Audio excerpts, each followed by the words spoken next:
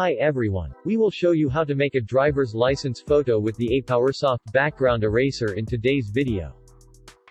First, open the app, and tap the Remove Person Background to choose the picture you want to use on your driver's license.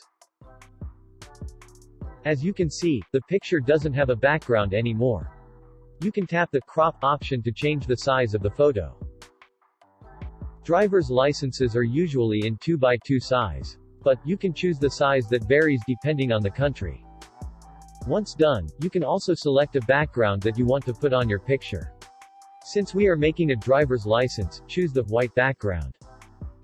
After that, click the Save HD button to save the picture to your phone. That's it. You can easily make a driver's license photo with the Apowersoft background eraser. Thank you for watching.